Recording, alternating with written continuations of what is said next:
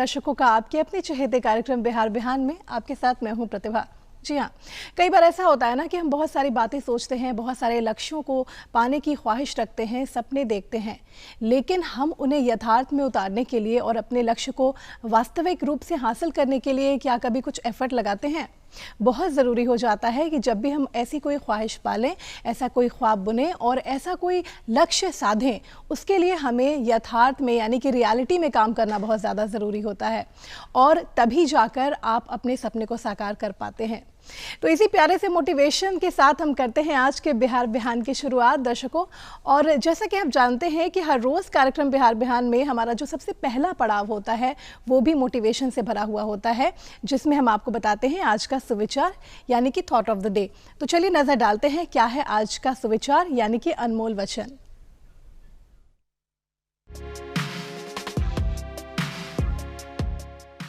मनुष्य जितना ज्ञान में घुल गया हो उतना ही कर्म के रंग में रंग जाता है।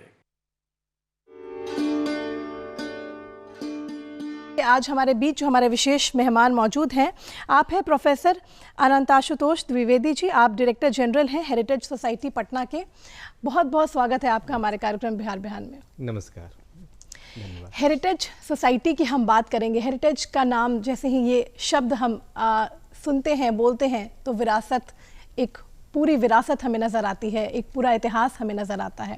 आपसे जानना चाहूँगी अनंताशुतोष जी कि जैसा कि हम सभी जानते हैं कि इस वक्त विश्व विरासत सप्ताह चल रहा है, तो क्या कहना चाहेंगे इस सप्ताह विशेष को लेकर आप?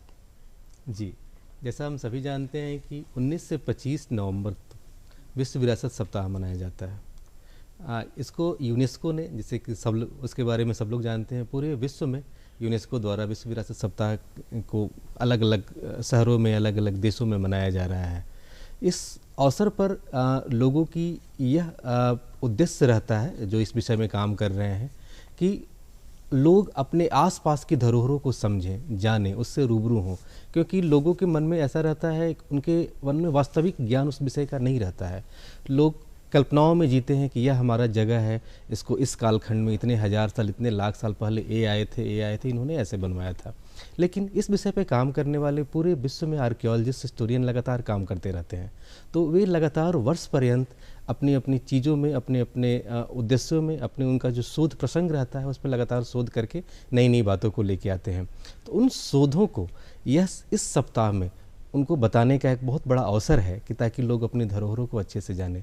धरोहर हम उनको कहते हैं जिससे हम इंस्पिरेशन लेते हैं, जिससे हम प्रेरणा लेते हैं, जिससे कुछ सीखते हैं, कि ताकि आने वाले समय में जो इतिहास में कुछ गलतियां हुई हैं उसको सुधार करके आगे हम बढ़ें और नई दिशा में अपना मार्ग प्रशस्त करें। वस्तुतः ऐसा माना जाता है कि वैसी जो 100 साल पुरानी चीज़ है, जिसका इतिहास और इतिहास लेखन में और जिसका सामाजिक संरचना में, समाज के निर्माण में महत्वपूर्ण स्थान दर्ज करता है, उसको हम धरोहर की संज्ञा में देते हैं।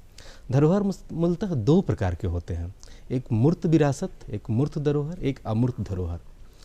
अमूर्त धरोहर इसको कहते हैं जिसको हम टच नहीं कर सकते हैं, इंटेंजिबल जो होता है, जिसको हम लोग छू नहीं सकते हैं, जिसको सिर्फ देख सकते हैं, जिसको महसूस कर सकते हैं। अमूर्त विरासत हो, जैसे गीत, संगीत जो हम लोग गाते हैं, खान पान वाले जो स्वाद वाला, जो खान पान का स्वाद है, वह स्वाद हम जानते हैं हमारी धरोहर चीज़ है। बहुत प्राचीन काल से हमारे दादाजी, परदादा जी और अलग अलग कालखंडों में यह बनते आया है, उसका स्वाद वैसा है, तो इसको हम लोग इंटेंजिबल धरोहर लेंगे। दूसरा बोलते हैं बिल्ट हेरिटेज, जिसको कि मूर्त धरोहर कहते हैं। बड़े बड़े हम लोग देखते हैं मंदिर, स्मारक, अलग अलग विहार, मोनास्ट्री, केव और स्कल्पचर, क्वाइन, इंस्क्रिप्शन, शिलालेख, अलग अलग चीज़ देखने को मिलता है, जिसको हम लोग देख सकते हैं, छू सकते हैं अपने हाथों से, उनको हम लोग बिल्ट हेरिटेज कहते हैं। तो मूलतः 2 प्रकार की धरोहर पूरे विश्व में पाई जाती है। एक होता है कि दोनों का मिश्रित स्वरूप होता है। यहाँ कोई धरोहर स्थल है, वह बिल्ट हेरिटेज है, लेकिन उसकी लोक कथाएँ भी काफ़ी प्रचलित है, उसके संबंध में कुछ गीत संगीत भी लगातार, तो वह मिक्स हेरिटेज में नेचुरल और कल्चरल दोनों हो जाता है। कभी कभी उसको भी हम लोग मिक्स, जो प्राकृतिक धरोहर भी हमारी है, एक सांस्कृतिक धरोहर हो गई, एक प्राकृतिक धरोहर हो गई, इसको हम लोग मिक्स्ड हेरिटेज के नाम से जानते हैं। इस अवसर पर लोगों को यह चाहिए कि लोग अपनी धरोहर को समझें, जानें और उस विषय पर काम करने वाले विद्वानों से संपर्क करें, कि ताकि उनसे उसकी विशेषताओं को, उसके यूनिकनेस को, जिस जगह पे वो रह रहे हैं, उससे इंस्पायर्ड हो सके। जी, जी।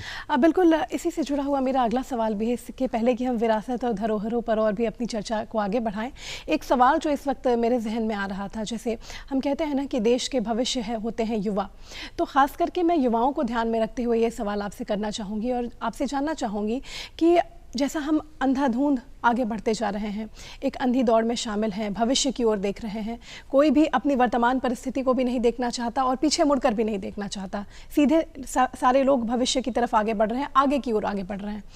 ऐसी स्थिति में आपसे जानना चाहेंगे, जो हमारी विरासत है, जो हमारे धरोहर हैं, हमारा इतिहास है, कितना ज़्यादा अहम हो जाता है इतिहास को, धरोहरों को, उनके विषय में जानना आज के युवाओं के लिए? आपसे जानना चाहूँगी। प्रतिभा जी, आपने बहुत ही सुंदर प्रश्न किया है। यह अभी के समय में बहुत ज़रूरी चीज़ है लोगों को जानना, क्योंकि वर्तमान समय में युवा सोचती है हम पीछे लौट के क्यों देखें, पीछे क्यों देखें, हम आगे क्यों नहीं देखें, अपना भविष्य बनाना है। आजकल आप देख रहे हैं युवाओं में एक बहुत बड़ी सी होड़ सी है, उमंग सा है, उत्साह सा है कि लोग स्टार्टअप कर रहे हैं। अभी आप इससे पहले बात भी कर रहे थे स्टार्टअप को लेके, तो लोगों को यह क्षेत्र बिल्कुल खाली है। लोग स्टार्टअप अलग अलग जगहों पे कर रहे हैं, अलग अलग उद्योगों में अपना उनका जो अपना इंटरेस्ट है उस पर काम कर रहे हैं। लेकिन हम आम जनजीवन में देखते हैं लोग घूमने फिरने के बहुत शौकीन होते हैं, लोग इतिहास को जानना चाहते हैं, लोगों में उत्साह है उसको लेके। यह चीज़ आज की कब बनी थी, इसके बारे में हमारे गांव में, हमारे क्षेत्र में, रास्ते में मैंने वो चीज़ देखा उसके बारे में। और लोग पर्यटक, बहुत सारे लोग इधर से उधर जाते चाहे देश के पर्यटक हों या विदेश के पर्यटक हो, लोग घूमते हैं। युवाओं को इस दिशा में सुनहरा अवसर है कि वे अलग अलग टाइप का स्टार्टअप डेवलप कर सकते हैं। एडवेंचर टूरिज्म हो गया, एग्रो टूरिज्म हो गया, और हेरिटेज टूरिज्म हो गया, हिस्टोरिकल मोनूमेंट्स को विजिट करा सकते हैं। लोगों को इसमें अभी तो बहुत सारी योजनाएं हैं, भारत सरकार और राज्य सरकार दोनों मिल के साथ में काम कर रही है बहुत सारे उद्देश्यों के ऊपर इस विषय पर। तो लोगों को इस दिशा में काफ़ी आगे आना चाहिए। और मेरे ख्याल से अगर भारत की ही आबादी देख ली जाए, कितनी बड़ी आबादी है, 140 करोड़ भारत की आबादी है, और तो लोग अपने अपने क्षेत्रों में एक दूसरे के धरोहर को देखेंगे। अभी एक भारत श्रेष्ठ भारत और को आधार बनाते हुए भारत सरकार ने एक दूसरे राज्यों को एक दूसरे से जोड़ने का काम किया है। उनका मुख्य उद्देश्य यही है कि इस राज्य के लोग उस राज्य के बारे में जाने, उस राज्य के बारे में क्या जानेंगे, उनकी क्या पहचाने, उनकी धरोहर ही तो उनकी पहचान है, उनकी यूनिकनेस है, इसके बारे में उनको विशेष रूप जानना चाहिए। और बहुत सुंदर यह भी मेरे मन में आता है कि कोई भी व्यक्ति को, सामान्य व्यक्ति जो है, उसको जीवन में कभी न कभी आगे बढ़ने के लिए कभी न कभी इंटरव्यू देना पड़ता है, अपने आप को बताना पड़ता है, हम यहाँ हैं, हम यहाँ से आते हैं। तो इस दिशा में उनको यह बताने के लिए वो अपनी जगह के बारे में क्या बताएंगे, वही बताएंगे जो उनका यूनिकनेस है, उनका खास है। हम किसी गांव से आते हैं तो हमारा गांव 2000 साल पुराना था, वहाँ अवशेष मिलता है, तो सामने वाला इंटरव्यूअर बहुत इंस्पायर्ड होता है कि इसको कितनी समझ है अपने क्षेत्र के बारे में। जी बिल्कुल, बहुत सही बात कही आपने। आपसे ये जानना चाहूँगी मैं अनंत आशुतोष जी कि जिस तरीके से बिहार की अगर हम बात करें, अपने प्रदेश की बात करें, तो इतिहास बहुत ही सुनहरा रहा है बिहार का, यहाँ की धरती का।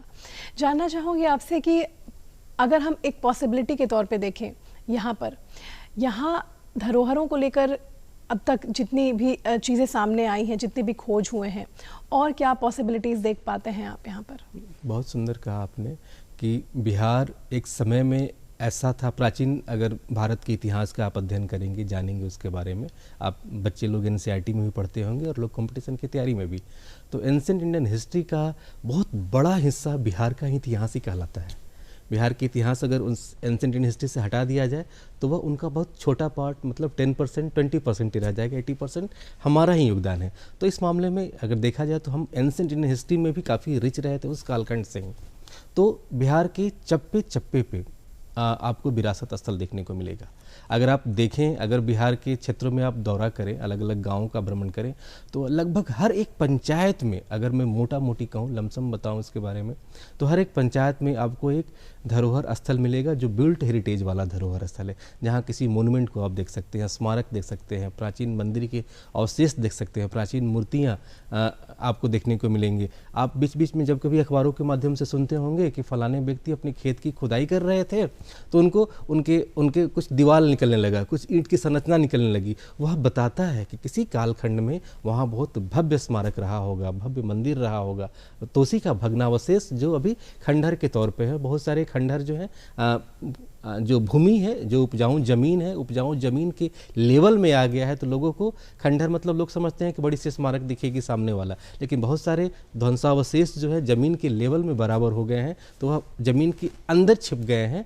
तो उनको बहुत से विद्वान जो हैं, आर्कियोलॉजिकल एक्सपर्ट जो है, उसको एक्सकेवेट करके निकालते हैं।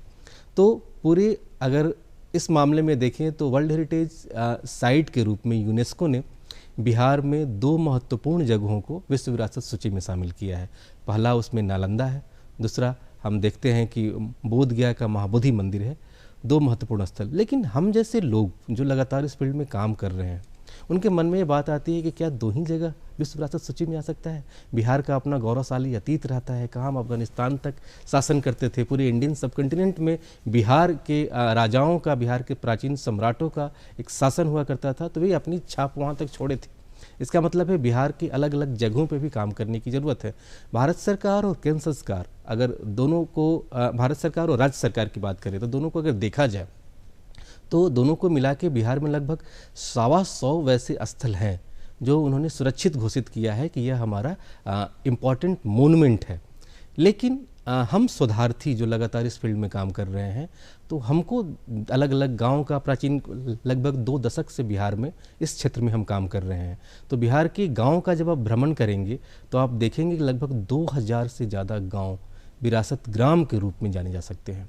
अगर देखा जाए कि आर्कियोलॉजिकल फाइंड स्पॉट्स के रूप में अगर देखा जाए, कभी कभी एक ही गांव में अलग अलग क्षेत्र में, कभी गांव के बाहर के कोने पे कुछ प्राचीन मंदिर संरचना मिलेगी, कभी गांव के बीच में मिलेगी। तो उस तरह से अगर देखा जाए तो 6000 से ज़्यादा आर्कियोलॉजिकल फाइंड स्पॉट्स बिहार में और 2000 विरासत ग्राम के रूप में। तो इस तरह से उन सभी विषयों के ऊपर विस्तार से और काम करने की ज़रूरत है और युवा अधिक से अधिक युवाओं को इन क्षेत्र में स्टार्टअप के माध्यम से आगे बढ़ने की ज़रूरत है। तो सोचिए कितने लोगों का रोजगार हो सकता है, कितने सारे गाँवों को हम कनेक्ट कर पाएंगे। तो उन गाँव के लोगों को, क्योंकि कोई एक पर्यटक स्थल बनता है तो कितने सारे लोगों को डायरेक्ट और इनडायरेक्ट रूप से उसको फ़ायदा देता है। हमारी चर्चा चल रही थी कि किस तरीके से बहुत सारे ऐसे धरोहर ग्राम चिन्हित किए गए हैं। आपसे जानना चाहूँगी, एक बहुत ही सवाल मेरे जहन में आ रहा है इस वक्त, वो ये है कि जैसे आप किस तरीके से, क्या आपका पैमाना होता है, क्या क्राइटेरिया होता है, किस तरीके से आप धरोहर ग्राम को चिन्हित करते हैं और उनको अपनी सूची में शामिल करते हैं? इसको पहचानना बहुत आसान है। अगर हम देखें, बहुत टेक्निकल टर्म का प्रयोग न करें, लेकिन जो श्रोता दर्शक जो हमें देख सुन रहे हैं उनकी भाषा में अगर बताना चाहें तो किसी भी गांव में आप जाते हैं तो गांव में आप गांव को आप उसके बाहर से देखते हैं। या तो गांव किसी ऊंचाई को लिए हुए रहेगा, ऊंचा रहेगा, आम जो आसपास का खेत है उनसे ऊंचा दिखेगा। दूसरा, या बराबर दिखेगा, मतलब जो खेत की ऊंचाई है लगभग उतना ही बराबर गांव दिखेगा। तो वैसी स्थिति में आप गांव में जाएंगे और उन खेतों में जाएंगे जो किसान जहां खेती करते हैं, तो उस खेत में आपको प्राचीन काल के मिट्टी के बर्तन के ठिकड़े आपको देखने को मिलेंगे, उनके टुकड़े देखने को मिलेंगे। तो उसको उठाएंगे, उसको अच्छे से धोएंगे और उसको स्टडी करेंगे तो आपको मालूम चलेगा यह तो अलग अलग कालखंडों को दर्शा रहा है। तो सबसे पहला, सबसे आसान कि हम उनको देख के पहचान लेते हैं, क्योंकि कोई भी विशेष चीज़ होती है तो ऊपर के सरफेस पर नहीं मिलेगी। अगर आज भी अगर देखा जाए, अगर कहीं बाढ़ आ गया, कहीं कुछ अकाल आ गया, तो हम क्या करते हैं कि सबसे जो बहुमूल्य चीज़ है उसको हम लोग अपने साथ लेके निकल जाते हैं, सोना चांदी, उस समय के सिक्के, आभूषण, जेवरात। लेकिन मिट्टी के बर्तन के टुकड़े हम कहाँ लेके जाएंगे? मिट्टी के बर्तन को तो हम लोग छोड़ के जाएंगे, किचन वाला रूम का तो पार्ट छोड़ के जाते हैं, तो उसका अवशेष हमें मिलता है। तो ये हमारे लिए बैकबोन का काम करता है आर्कियोलॉजी में, उसको स्टडी करने का। तो उसके बेस पे पहचान लेते हैं। और रही बात कि जब कोई ऊंचाई का स्थल है तो वहाँ जाके देखते हैं कि क्या जियोलॉजिकल फॉर्मेशन तो वैसा नहीं है, क्या पहाड़ के आसपास का गांव होने के कारण नीचे में तो पहाड़ का पार्ट तो नहीं है, हिल का तो स्टोन तो नहीं है। उसको जाके हम लोग देखते हैं तो आसानी से पता चल जाएगा। लेकिन नहीं, वहाँ जाने के बाद मालूम चलता है, लोगों से बातचीत करते हैं तो ऐसा लगता है कि नहीं, लोग जब घर की खुदाई करते हैं, घर बनाने के क्रम में जो नींव की खुदाई करते हैं तो उनको अलग अलग कालखंड के बर्तन के टुकड़े मिल जाते हैं, किसी किसी को मूर्तियाँ मिल जाती है, किसी किसी को ईंट का दीवार मिल जाता है। तो उसके बेस पे आसानी से पहचान लेते हैं कि नहीं, यह तो प्राचीन काल के बसावट पर वर्तमान में यह गांव बसा हुआ है। दो यह प्रमुख तरीका है।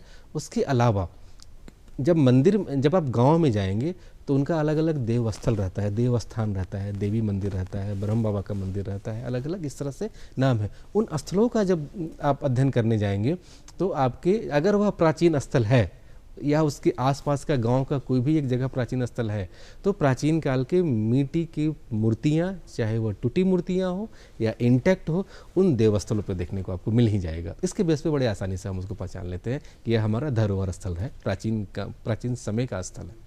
जी, अच्छा, आपसे जानना चाहूँगी हेरिटेज सोसाइटी के विषय में, अगर आपसे जानना चाहूँ और हमारे दर्शक जानना चाहें, कैसे काम करता है हेरिटेज सोसाइटी, कैसे फंक्शन? हेरिटेज सोसाइटी बेसिकली एक नॉन गवर्नमेंट ऑर्गेनाइजेशन है और इसका मुख्य उद्देश्य जो देश की गौरवशाली धरोहर है उसको अंतर्राष्ट्रीय स्तर पर लोगों को बताना और लोगों को उससे रूबरू कराना कि हमारा क्षेत्र, हमारा अलग अलग भारत का अलग अलग गांव इस मामले में प्राचीन काल में अपना स्थान रखता था। तो इसके अलावा तो हम एक तरफ तो शोध लगातार कर रहे हैं, कॉन्फ्रेंसेस करा रहे हैं, सेमिनार्स कराते हैं, उसके बारे से लोगों को वर्कशॉप्स कराते हैं, ट्रेनिंग भी लोगों को देते हैं और अलग अलग किताबों का हम लोग प्रकाशन कर रहे हैं कि ताकि ऑथेंटिक रिसर्च बुक आम जनमानस में उसको लेके जाए। उसके अलावा कुछ महत्वपूर्ण अवसरों पर हम स्कूल कॉलेजेस में जाके लेक्चर भी देते हैं, वर्कशॉप कराते हैं, उनको प्रतियोगिता कराते हैं उनके अंदर। जैसे पिछले साल विश्व विरासत सप्ताह के तहत जो 19 से 25 नवंबर था, तो पटना के लगभग 40 विद्यालयों को हम लोगों ने लेट्स इंस्पायर बिहार के साथ में मिलकर हेरिटेज सोसाइटी लगभग 40,000 बच्चों को उनके स्कूल में जाके भारत हेरिटेज ओलंपियाड कराया था, जिसमें बिहार की प्रमुख चीज़ों को उनके सामने हम पूछते थे और वे लोग टेक्स्ट देते थे। उनके बाद में उन सभी को हम लोगों ने सम्मानित किया।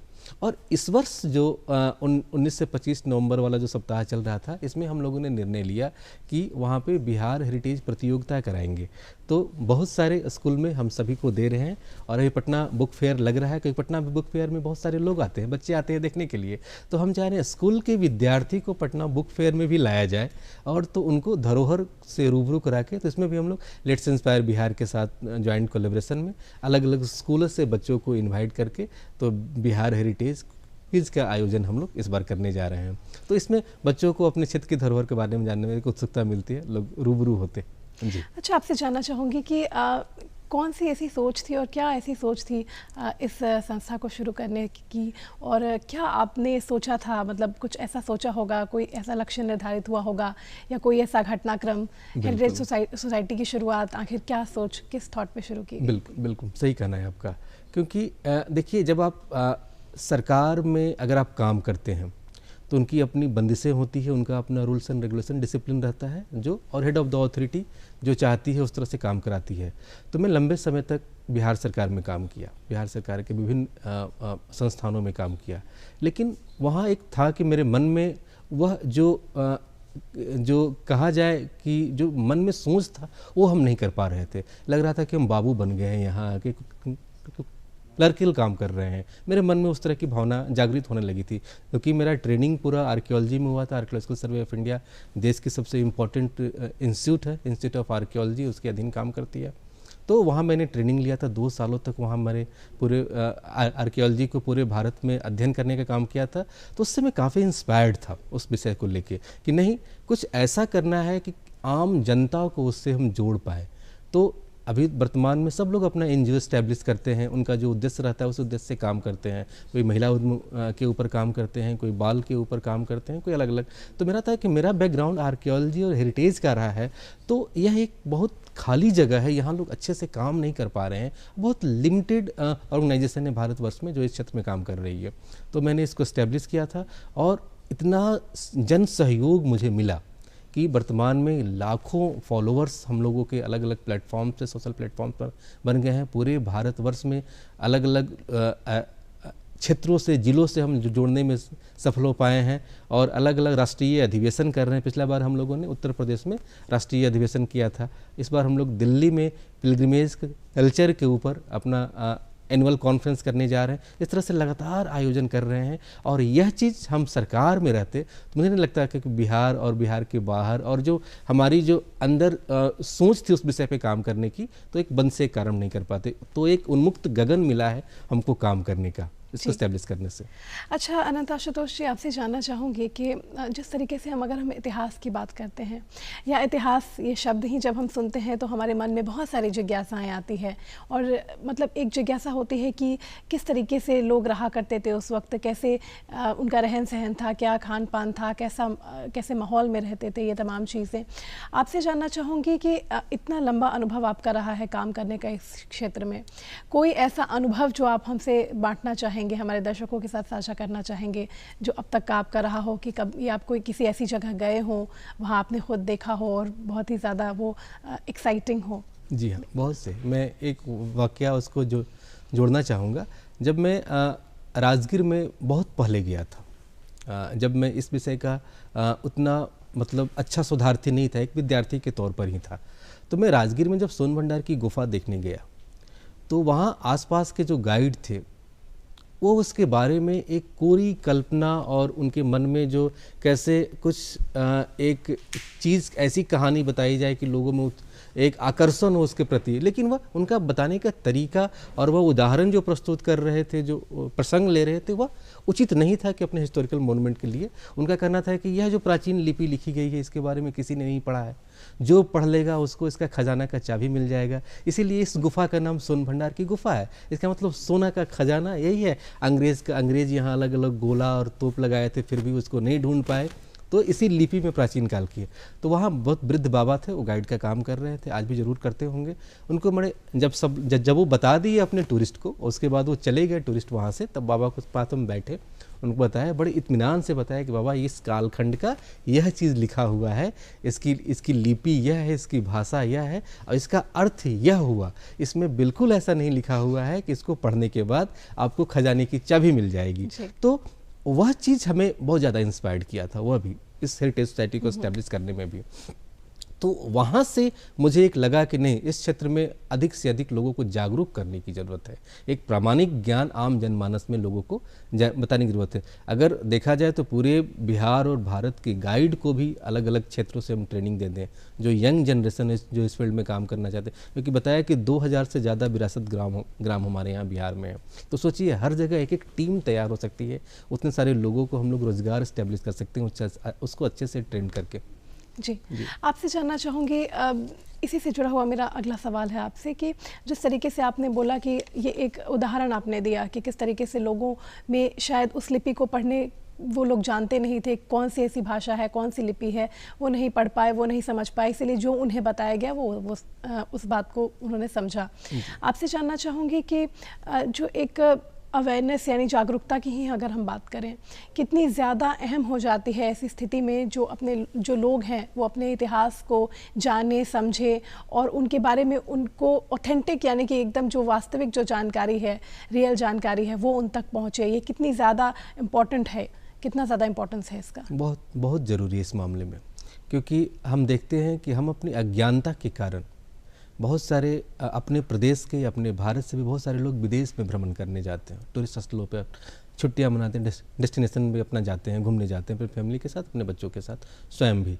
लेकिन अगर उनको अच्छे से बता दिया जाए कि हमारा प्रदेश, हमारा देश, हमारे गांव, महात्मा गांधी कहते थे गांव की तरफ लौटो, गांव को विशेष रूप से जानने की ज़रूरत है, तो उनके बारे में उनको अच्छे से बताया जाए तो मुझे पूरी उम्मीद है कि वे जब उसकी समझ लेंगे, उनकी समझ विकसित हो जाएगी, तो वे विदेश में भी रह रहे हैं लेकिन अपना गांव जरूर देखने आएंगे। सोचिए अगर जो हमारा बिहारी कोई बिहार से बाहर विदेश में लंबे समय से नौकरी कर रहा है, हो सकता है वहीं की नागरिकता उनको प्राप्त हो गई हो, लेकिन जब उनको रूट के बारे में बताया जाएगा, जिस गांव से आप बिलोंग करते हैं वह हमारा वर्तमान का सबसे महत्वपूर्ण हिस्टोरिकल साइट, जैसे महाबोधि मंदिर, नालंदा से भी पुराना आपका गाँव है, तो कितना उनको इंस्पायर्ड होंगे अपने गांव के प्रति कि हमारे वंशज यहाँ से आते हैं, उस गांव को हमें जरूर देखने चाहिए। तो लोगों को अपने, यह हमको रूट की तरफ खींचता है, यह हमको जोड़ता है अपनी जगह से जहाँ से हम बिलोंग करते हैं, और यही एक नज़रिया है अपने प्रदेश, अपने देश की तरफ लोगों को आकर्षित करने का।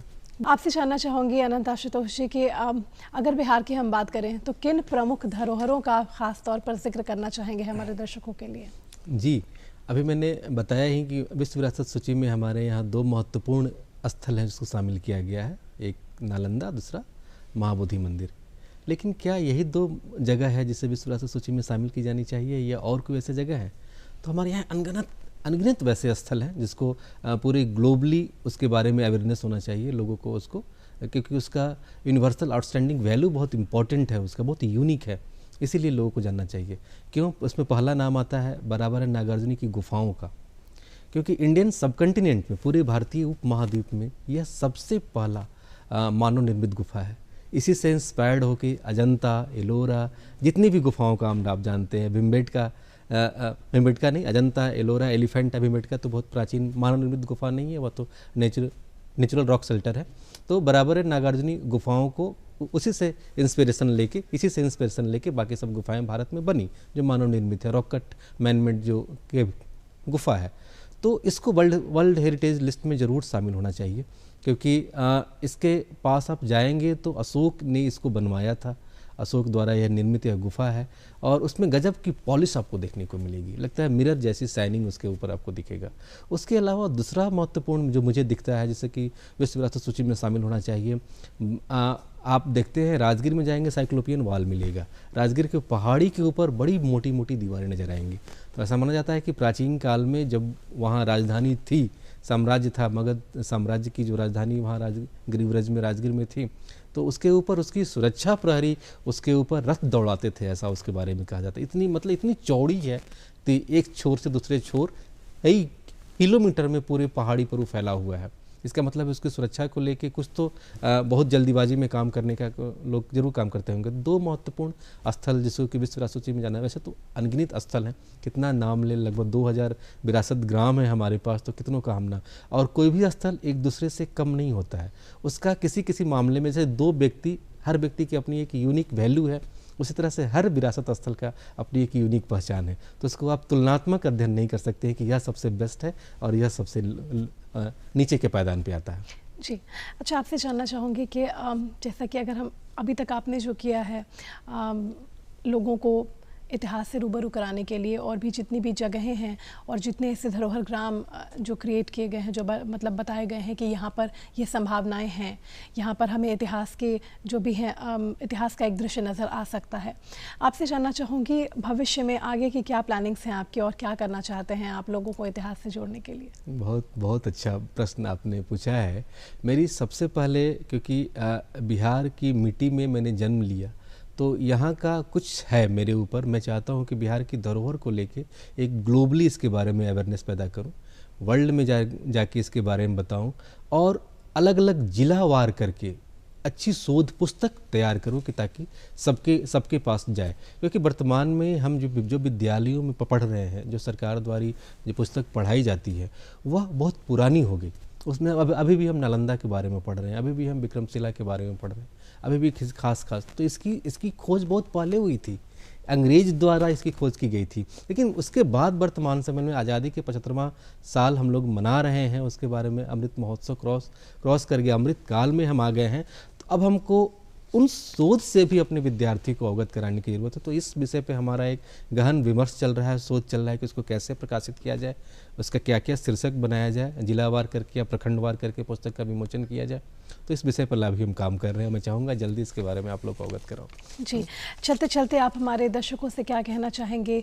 आपसे एक सवाल ये भी है मेरा, साथ साथ आप चलते चलते जो संदेश देना चाहें हमारे दर्शकों को, कि क्या महज ये सप्ताह या दिवस खास मना लेने से हम पूरे इतिहास को इन 2 दिनों में या इस सप्ताह में समेट सकते हैं, या ऐसा कुछ कर सकते हैं? क्या कहना चाहेंगे? बहुत बढ़िया, क्योंकि हम जानते हैं कि यूनेस्को द्वारा 2 महत्वपूर्ण दिवस माना गया है, वर्ल्ड हेरिटेज डे और वर्ल्ड हेरिटेज वीक, 18 अप्रैल और 1925 नवंबर।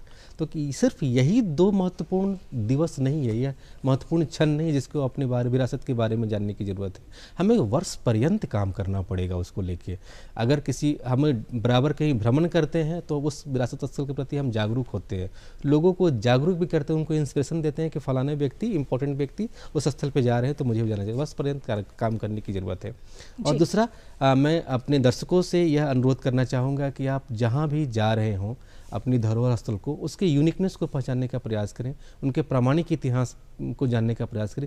कोरी कल्पनाओं और कथाओं पर विश्वास न करें। जो हमारा वास्तविक इतिहास, जो गौरवशाली अतीत रहा है अपने प्रदेश का, अपने भारत का, उसके बारे में अच्छे से जाने और अपने आने वाले पीढ़ी को यह संदेश दे कि हमारा अतीत, हमारा ग्राम, जिस गांव से हम बिलोंग करते हैं, अपने बच्चों को बताएं कि यह हमारा कितना महत्वपूर्ण है। उससे बच्चे जरूर इंस्पायर्ड होंगे और अपना भविष्य उज्जवल करेंगे। आप सभी को एक बार पुनः विश्व विरासत सप्ताह की हार्दिक बधाई। बहुत बहुत शुक्रिया अनंत आशुतोष जी हमारे कार्यक्रम में आने के लिए, और आपने इतनी सारी दिलचस्प जानकारियां और इतनी सारी दिलचस्प बातें हमारे साथ साझा की, हमारे कार्यक्रम में अपना बहुमूल्य समय दिया। बहुत बहुत शुक्रिया, बहुत बहुत आभार आपका हमारे कार्यक्रम में आने के लिए। तो दर्शकों, ये थे हमारे आज के विशेष मेहमान प्रोफेसर अनंत आशुतोष द्विवेदी जी, जो कि बिहार हेरिटेज सोसाइटी पटना के डायरेक्टर जनरल रहे, और इनसे हमने बहुत सारी ऐसी दिलचस्प बातें की और इतिहास की एक झलक, इतिहास का एक दृश्य और हमने देखा, और साथ ही साथ ये भी हमने जाना कि अगर इतिहास को जानना है तो हमें प्रामाणिकता पर यकीन करना होगा, और जो वास्तविक ऑथेंटिक जानकारियाँ हैं उससे जुड़ी हुई, उस पर हमें ज़्यादा ध्यान देना होगा। तो कैसा लगा आपको हमारा आज का ये कार्यक्रम, ये हम आपसे जानेंगे, और इसके लिए आपको नोट करना होगा हमारा पता, क्योंकि आपके फीडबैक हमारे लिए बहुत ज़्यादा मायने रखते हैं। तो फटाफट उठाइए कॉपी और कलम और नोट कर लीजिए हमारा पता। हमारा पता है निदेशक डीडी बिहार, दूरदर्शन केंद्र पटना, फ्रेजर रोड, पटना 800001। हमारा ईमेल एड्रेस है director.ddkpatna@gmail.com।